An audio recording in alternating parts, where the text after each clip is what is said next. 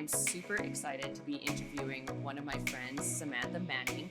We used to work together back in the day, waitressing at Cactus Club. And if you're from Canada, you know what that chain is all about. You make some of your best friends for life there. So Samantha is a Vancouver-based mortgage broker who holds a Bachelor of Business Administration and a Marketing Communications diploma, and comes with nearly a decade of experience in sales and marketing in the technology and finance sector. One of her specialties includes helping first-time homeowners in understanding everything they need to know about getting into the real estate market. I guess the first thing that comes to mind when you look at working with a mortgage broker is, why would you work with a mortgage broker versus going directly to your bank? And especially for someone like myself, I've been with RBC my whole life. You know, why would I go to a mortgage broker versus go to an RBC mortgage specialist? Hey, Sandra, thank you so much for having me. I'm really excited to be here and have this conversation with you, first and foremost. And to answer your question, this is probably kind of the number one thing that my friends and family asked me as well when I first got into this industry.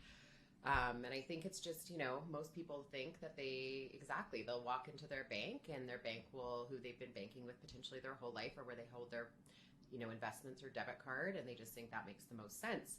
But the reason why it makes a lot of sense to actually go through the mortgage broker versus kind of just going into your bank is that we provide you with a multitude of options. So we have access to, in my particular case, I have access to 40, 50 different lenders. Those include the major banks, which we call A lenders. They also include monoline lenders.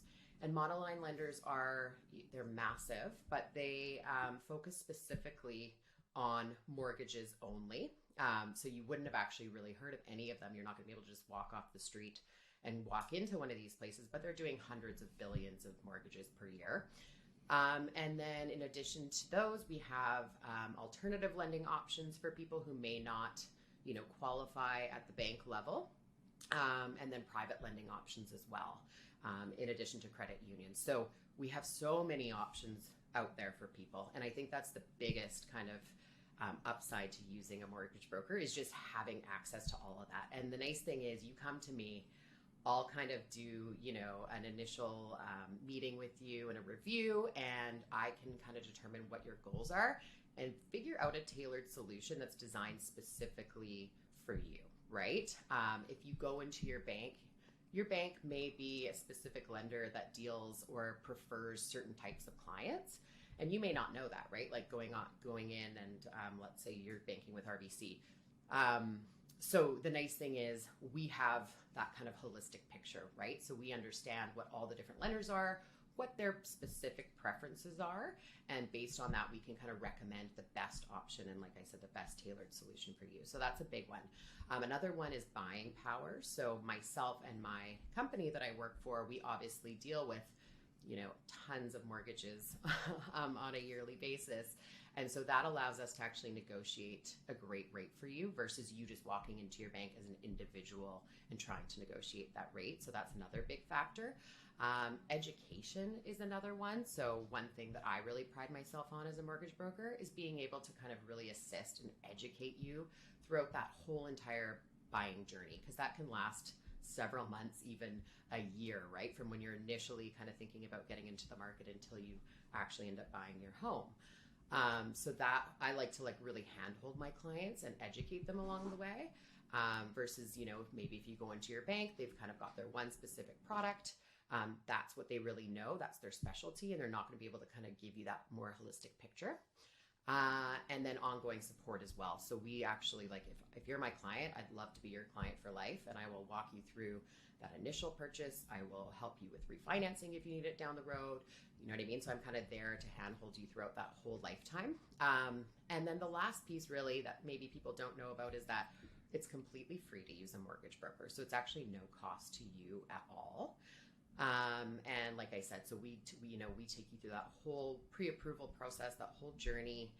And that's us really just helping you kind of navigate that.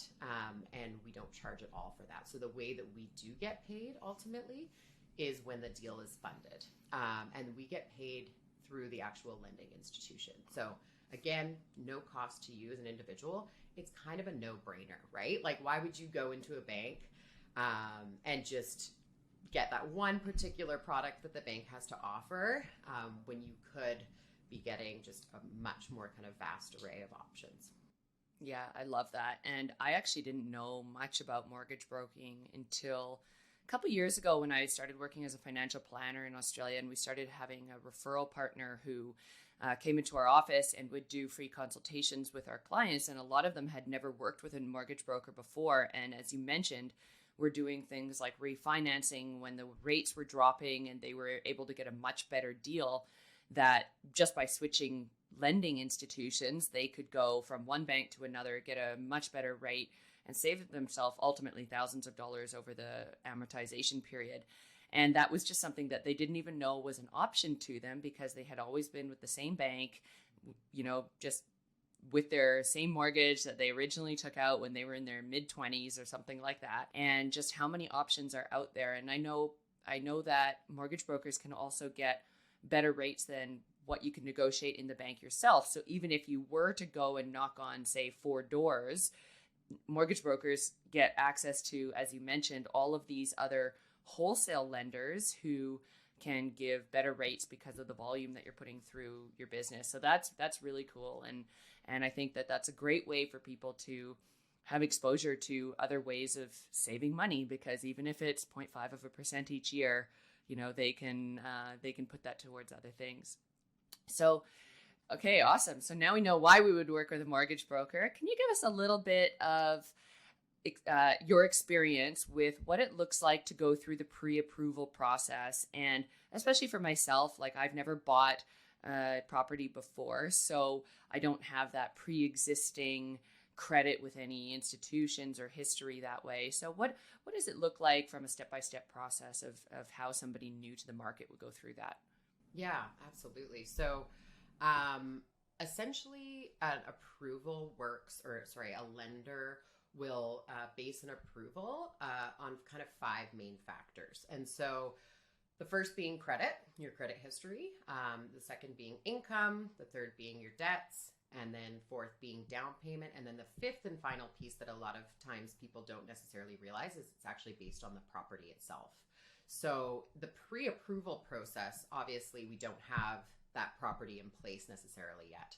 But what we can kind of look at and what we can dive into are those first 4 things. So we'll look at your credit, we'll look at your income, we'll look at your debts, and then we're going to look at your down payment. And those are kind of the main things, obviously, that are in our control. And it's a really good idea to go through the pre-approval process as early along in your buying journey as you can. Like I would say that should actually probably be the first thing that you're doing when you're looking to get into the market.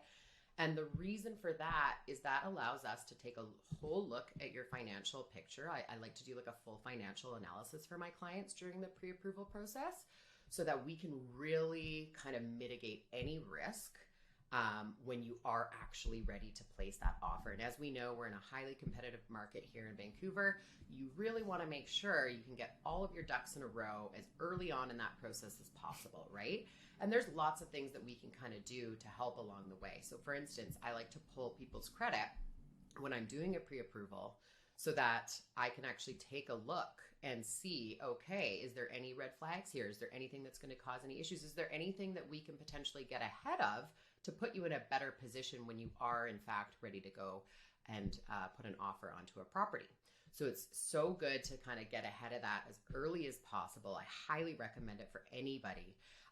The obvious other reason why you would want to kind of get ahead of that is because it gives you an understanding of how much can I actually afford, right? So you don't want to go shopping with a realtor, potentially be wasting your time, obviously wasting the realtor's time, not kind of knowing what is my actual budget, how much am I going to get approved for, like what can I actually spend. The other thing that it does is typically lenders will offer a rate hold for 120 days. Most lenders will offer that.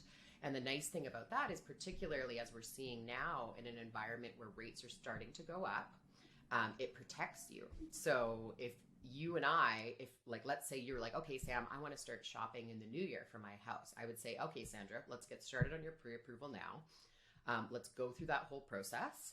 And then I'll actually lock in a rate for you. And what that means is when you are ready to buy, as long as it's within that 120 days, the lender will honor that rate that they've given you. So if rates do go up, you're protected, which is really nice. If you're in an environment where rates go down, they'll honor the lower rate as well. So it's a really good idea, but particularly as we are seeing in an environment where rates are starting to go up like they are now.